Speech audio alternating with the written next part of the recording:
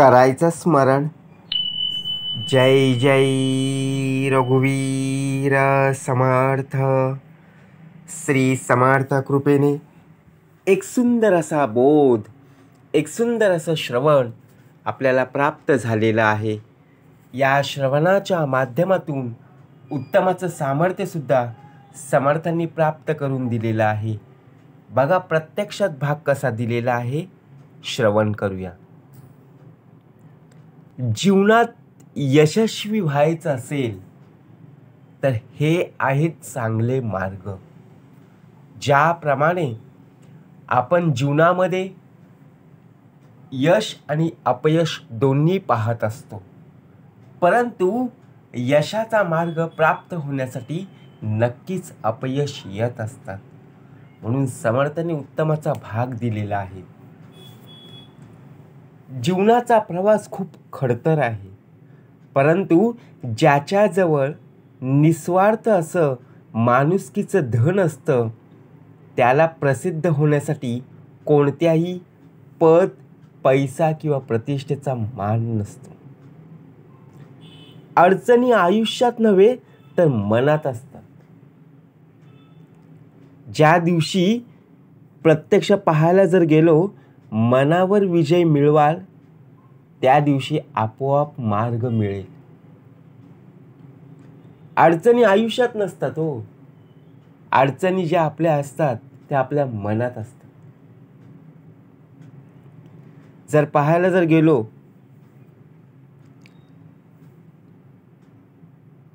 मनावर विजय मिळवायचा आहे. समर्थांनी उत्तमाचे जे श्लोक प्राप्त करून दिलेले आहेत ते आपल्या मनासाठी दिलेले आहेत.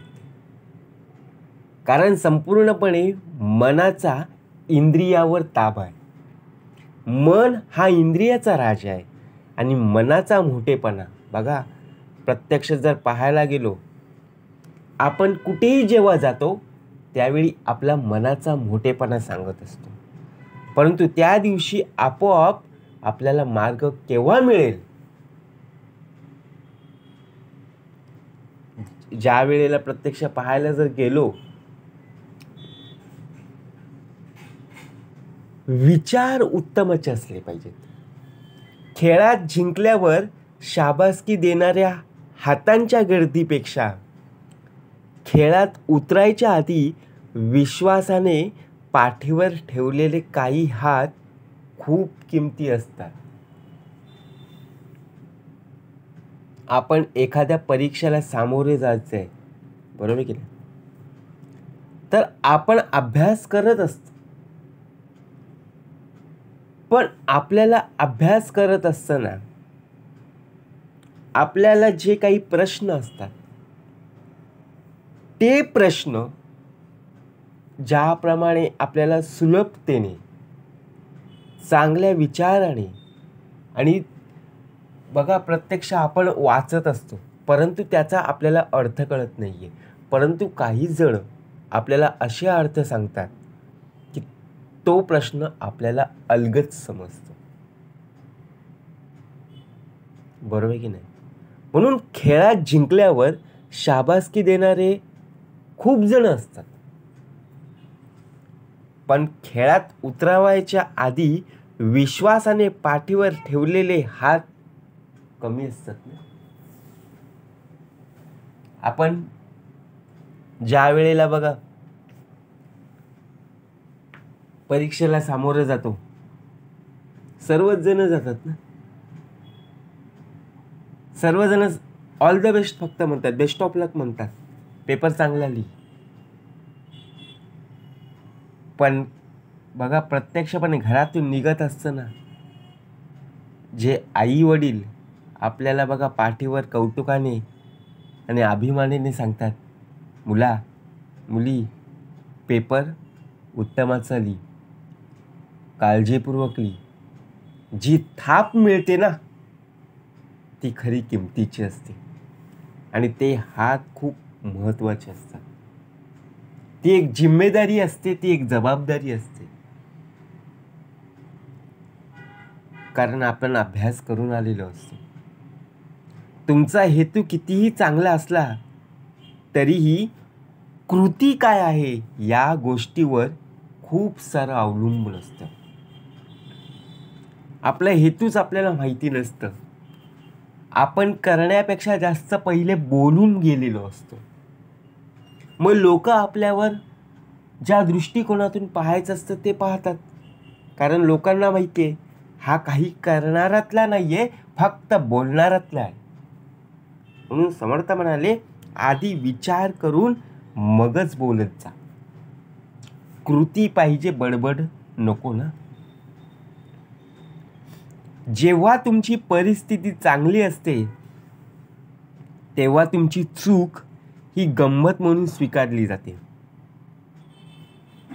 जेव्हा तुमची परिस्थिती चांगली असते तेव्हा तुमची चूक तुमची गंमत म्हणून स्वीकारली जाते. परंतु जेव्हा तुमची परिस्थिती वाईट असते ना तेव्हा तुम्ही केलेली गंमत हा देखील गुन्हा समजला जातो. फरक काय दाखवला? परिस्थितीवर. परिस्थिती चांगली, चूक कितीही केली तरी ती गंमत म्हणून स्वीकारली जाते. कारण का? परिस्थिती तुमची चांगली आहे. परंतु परिस्थिती एखादी वाईट आली ना तर तुम्ही केलेली गंमत हा देखील गुन्हा दाखल केला जातो, गुन्हा समजला जातो. म्हणून ज्या वेळेला आपण समजून जायचं की आपली परिस्थिती कशी आहे आणि परिस्थितीनुसार आपण बोललं गेलं पाहिजे. आपले सत्य स्वरूप सिद्ध करण्यास सोन्याला अग्नीत शिरून दिव्य करावं लागतं आणि हिऱ्याला घणाचे घाव सोसावे लागतात. साधं सुद्धा नाही हो. आपण म्हणतो सोन्यासारखा माणूस, हिऱ्यासारखा माणूस, परंतु ज्याने घडवलाय ना त्याला प्रथमतः नमस्कार आहे. कारण माणसाने वेळेसोबत चालावं, काळाप्रमाणे बदलावं, परंतु आपल्या संस्कारांना शेवटपर्यंत आपल्या सोबतच ठेवावं. आपण वेळेसोबत चालतो, काळाप्रमाणे पण बदलतो, पण संस्काराला धरून नाही ना. दिलेली शिकवण, दिलेले संस्कार हे शेवटपर्यंत आपल्याला टिकवायचं आहे. हीच खरी आपली संस्कृती आहे. तेच आपण जतन करत नाही. म्हणून शेवटपर्यंत आपल्याला निस्वार्थ सेवा आपल्याला करायचं आहे. गरजेच्या वेळी सुकलेल्या ओठातून नेहमीच गोड शब्द बाहेर पडतात, पण एकदा का तहान भागली की मग पाण्याची चव आणि माणसाची नियत दोन्हीही बदलतात. जोपर्यंत ठीक आहे तोपर्यंत देवाला दुरूनच हात जोडतात आणि थोडंसं काही कमी पडायला लागले ना की देवळात जाऊन नारळ फोडतात. विचार करा भाग कसा दिलेला आहे. म्हणून ठेविले अनंत तैसेची राहावे, चित्ती असू द्यावे समाधान. जो मनुष्य तोंडावर स्पष्ट बोलून मोकळा होतो ना त्याच्या बोलण्यात कडूपणा जरूर असतो, पण तो कोणाचा विश्वासघात करत नाही. म्हणून तोंडावर स्पष्ट बोलणारी व्यक्ती आपल्याला खूप आवडते. कारण आपली चूक आपल्याला कळते, परंतु मागून बोलून गेलेली व्यक्ती, त्या व्यक्तीला आपण काही बोलू शकत नाही. कारण ती दुसऱ्यांसमोर बोलून गेलेली असते आणि त्यामध्ये आपली चूकसुद्धा आपल्याला कळून येत नाही. म्हणून स्पष्ट बोलून गेलेली व्यक्ती आपल्याला आवडत असते. बरोबर की नाही? नातं सन्मानित करणारं असावं, अपमानित करणारं नाही. नातं प्रेरणा देणारं असावं, वेदना देणारं नाही. नातं बल देणारं असावं, घाव देणारं नसावं. आणि नातं साथ देणारं असावं, पाय ओढणारं नसावं, तर नातं मदत करणारं असावं. कारण शब्द देऊन आस निर्माण करण्यापेक्षा साथ देऊन विश्वास निर्माण करा. खूप काही सामर्थ्य प्राप्त होईल. जीवन खूप सुंदर आहे हो, फक्त जगता आलं पाहिजे. माणसं मुळात वाईट नसतात, त्यांच्यातलं चांगलं पण शोधता आलं पाहिजे. नातं कोणाशीही जोडता येतं, पण ती टिकवता आलं पाहिजे. अपयश हे जीवनाची सुरुवात असते, फक्त ते पचवता आलं पाहिजे. म्हणून जीवन जगणं कठीण आहे, बस परिस्थितीमध्ये लढता आलं पाहिजे. कारण अधिकार तिथेच असतो जिथं प्रेम असतं ना, आणि जिथं प्रेम असतं तिथं भांडणही असतं. म्हणूनच प्रेमात कोणी रागानं बोललं तर ते मनावर घ्यायचं नसतं, कारण राग हा क्षणिक असतो आणि प्रेम कायमचं असतं. तसंही त्यांच्या रागाच्या बोलण्यापेक्षा त्यांचं न बोलणंच तर जास्त त्रासदायक असतं ना. कचऱ्यात फेकलेलं जेवण हेच दर्शवतं की पोट भरून झालं की माणूस आपली लायकी विसरतो.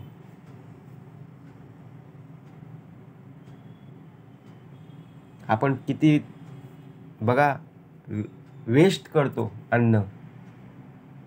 कारण समर्थ म्हणाले टेन्शन घ्यायचं नाही, आयुष्य बिंदास जगायचं, कुणाचं वाईट करायचं नाही आणि कुणाचं वाईट चिंतायचं सुद्धा नाही. कुणाच्या मागे वाईट बोलायचं नाही आहे, फक्त स्वतःशी प्रामाणिक राहून जगायचं.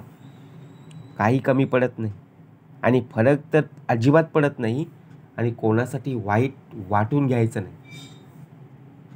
सकाळी लोक गोड बोलतात आणि रात्री कोणी काही डोक्यात भरवलं की तोंड पाडून बसतात, किंवा कुठल्या तरी लहान कारणासाठी नाराज होऊन बसतात.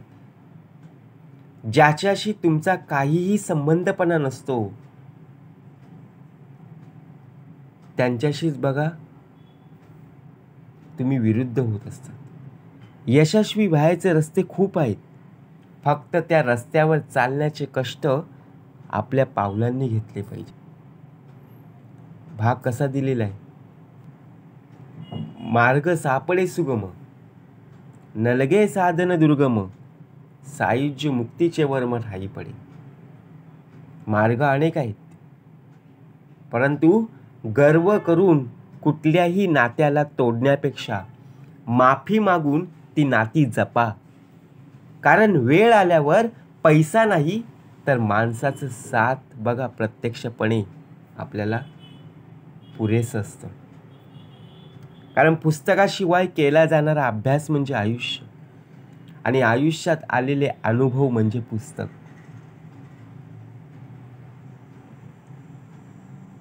ज्याप्रमाणे एकदा का जर मन मारून जगायची सवय झाली तर हळूहळू सगळ्या भावना पण नाहीशा होऊन जातात.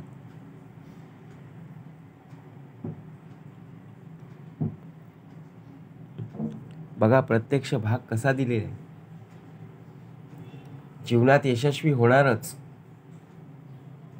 हा दृष्टिकोनच आपल्यामध्ये असला पाहिजे, परंतु आपली बुद्धिमत्ता आपल्याला साथ देत नाही.